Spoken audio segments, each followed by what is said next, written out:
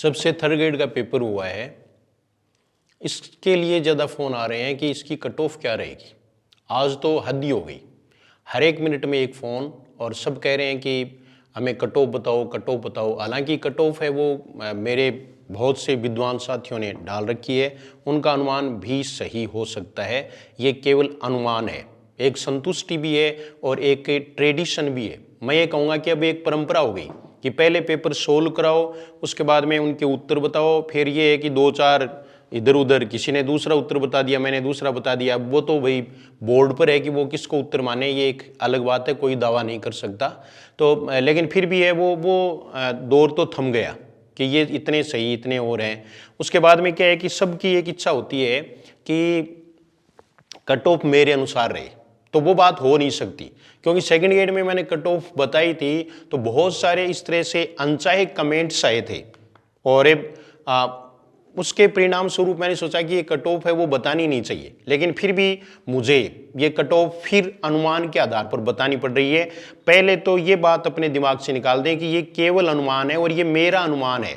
बस ये मेरा अनुमान है, उसके साथ में मैं ये जोड़ देता हूँ कि जो मुझसे टच में है उनका अनुमान भी है। ज़्यादातर ये परीक्षार्थियों का, अभ्यर्थियों का ही अनुमान है।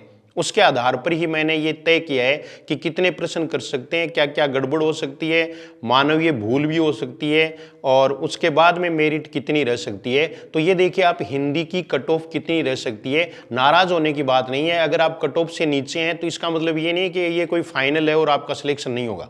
फिर भी हो सकता है, इसमें कुछ भी हो सकता है। इसलिए आशा हमें रखनी है, हमें कभी भी निराश नहीं होना है। केवल मैं ये अनुमान बता रहा हूं और आगे की परीक्षा के लिए तैयारी जारी रखनी है। होली के बाद फिर से जुट जाइए परीक्षा में। बस यही एक फॉर्मूला है जो हमें नौकरी दिलाता है। कईयों ने आजमाया है, कईयों ने ऐसा किया है।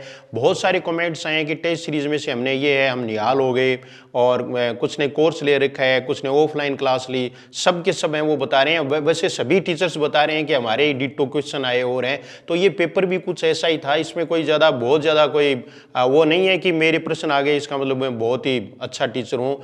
मैं इसको नहीं मानता। एक नॉर्मल पेपर था और ये पढ़ा हुआ आपका आया, इसीलिए मेरिट है वो थोड़ी ऊंची जा रही है, हाई जा रही है। तो आप पहले तो अपने आप को मानसिक रूप से तैयार करें कि मेरिट है वो इसके इधर उधर रह सकती है, इससे हाई रहने की संभावना मेरी समझ में कम है।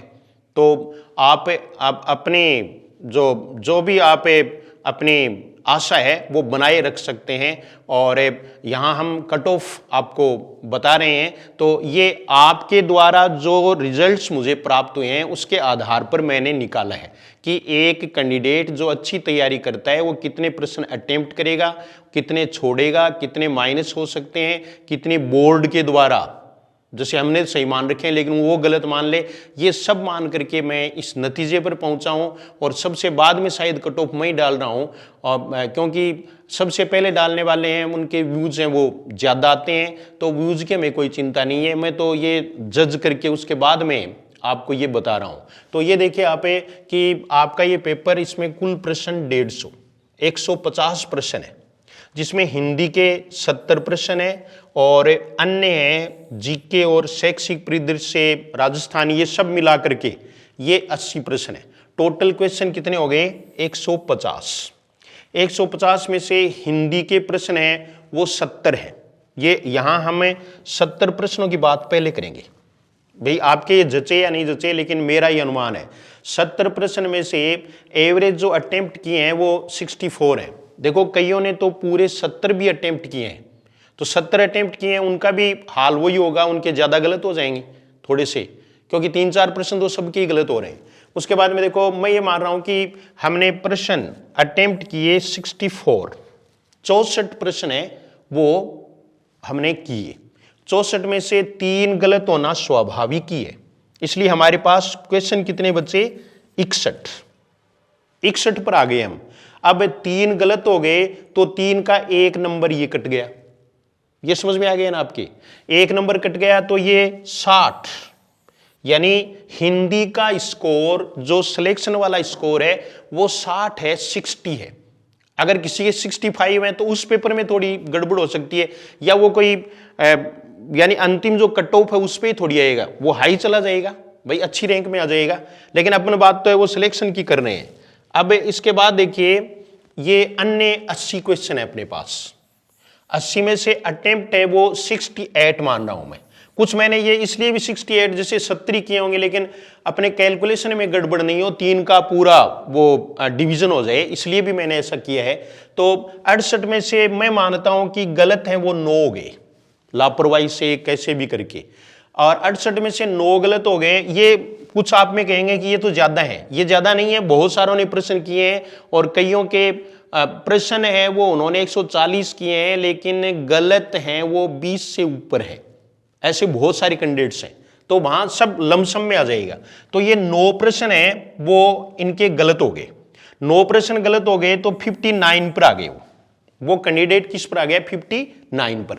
अब ये 9 जो गलत हुए 9, तो 3 इनके वो कट जाएंगे माइनस मार्किंग के, इसलिए ये कितने पर आ गया, 56 पर। अब देखो हमने हिंदी के कितने लिए थे, 60 लिए थे, और अन्य है वो कितने हैं, 56 हैं। तो 116 क्वेश्चन है, ये 116 नंबर नहीं है, ये क्वेश्चंस यानी प्रश्नों की संख्या है, और प्रत्येक प्रश्न 2 नंबर का है। इसका मतलब क्या हुआ कि यहां सभी जो मेरिट है वो क्वेश्चंस में बता रहे हैं, और कैंडिडेट हैं वो भी क्वेश्चन में ही बता रहे हैं, इसलिए मैंने भी क्वेश्चन में ही किया है कि 116 क्वेश्चन जिसके सही हैं उसका सिलेक्शन जनरल में है, ये मानकर चलते हैं।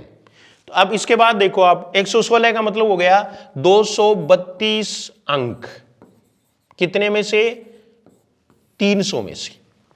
यानी यहां ये देखिए आपकी मेरिट जनरल की रह सकती है ये 232 300 में से। अगर आप इसको यानी पार कर रहे हैं, इसका मतलब आप सिलेक्शन की दौड़ में हैं और निश्चित रूप से आपका सिलेक्शन है वो हो सकता है। अब इसके बाद में देखिए आप मैंने कैटेगरी वाइज भी निकालने की कोशिश किया, हालांकि कैटेगरी में ज्यादा अनुमान नहीं लगता है। तो 116 से 119 ये क्वेश्चंस हैं। अगर हम यहां मार्क्स में ले लेंगे तो आप इनको 2 से गुना कर दीजिए, ये 232 से 238, इसका मतलब सेफ स्कोर हो गया, ये सेफ स्कोर वो है 238। ये मेरा अनुमान है, केवल अनुमान है, आप कमेंट चाहे कुछ भी करें उससे कोई फर्क नहीं पड़ता मुझे, लेकिन ये आपको ध्यान में रखना है कि ये मार्क्स हैं उनको आप 2-2 से गुना कर लो। फिर देखो ओबीसी है, ज्यादा नीचे नहीं आएगी, 2 प्रश्न या 3 प्रश्न, 114 से 116 क्वेश्चंस, यानी 228 से 232 तक। फिर ईडब्ल्यूएस है वो थोड़ी और नीचे आने की संभावना है, तो ये देखिए आप 110 से 114, ये मेरा अनुमान है कि ईडब्ल्यूएस है वो थोड़ी और नीचे, मतलब इससे आनी चाहिए, ये डिफरेंस मैंने ज्यादा किया है। तो 110 से 114। फिर देखो एससी है वो 106 से 109 क्वेश्चंस, प्रश्न है ये। एसटी है वो 102 से 105, ये पहले के जो जितना अंतर रहा है उसके आधार पर ही बताया है मैंने। एमबीसी है वो 104 से 107।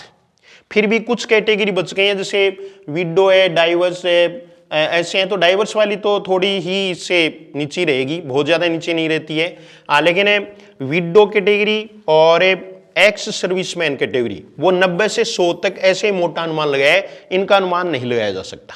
तो ये कट ऑफ है और इसके अकॉर्डिंग आपको ये ध्यान में रखना है। और वैसे भी क्या है कि प्रश्नों में थोड़ा डिफरेंस आ रहा है, तो 4-5 प्रश्न है वो डिलीट भी हो सकते हैं, और कौन से प्रश्न डिलीट हो सकते हैं ये आपको बाद में मैं बताऊंगा भी। और अगर आप अपना उत्तर सही करना चाहें या उसका प्रूफ देना चाहेंगे तो वो भी यथासंभव प्रयास किया जाएगा। तो ये थी हिंदी की कट ऑफ, और आगे की रणनीति है वो आप बनाइए। पहले तो होली मनाइए और उसके बाद में पढ़ना फिर शुरू कर दीजिए। धन्यवाद।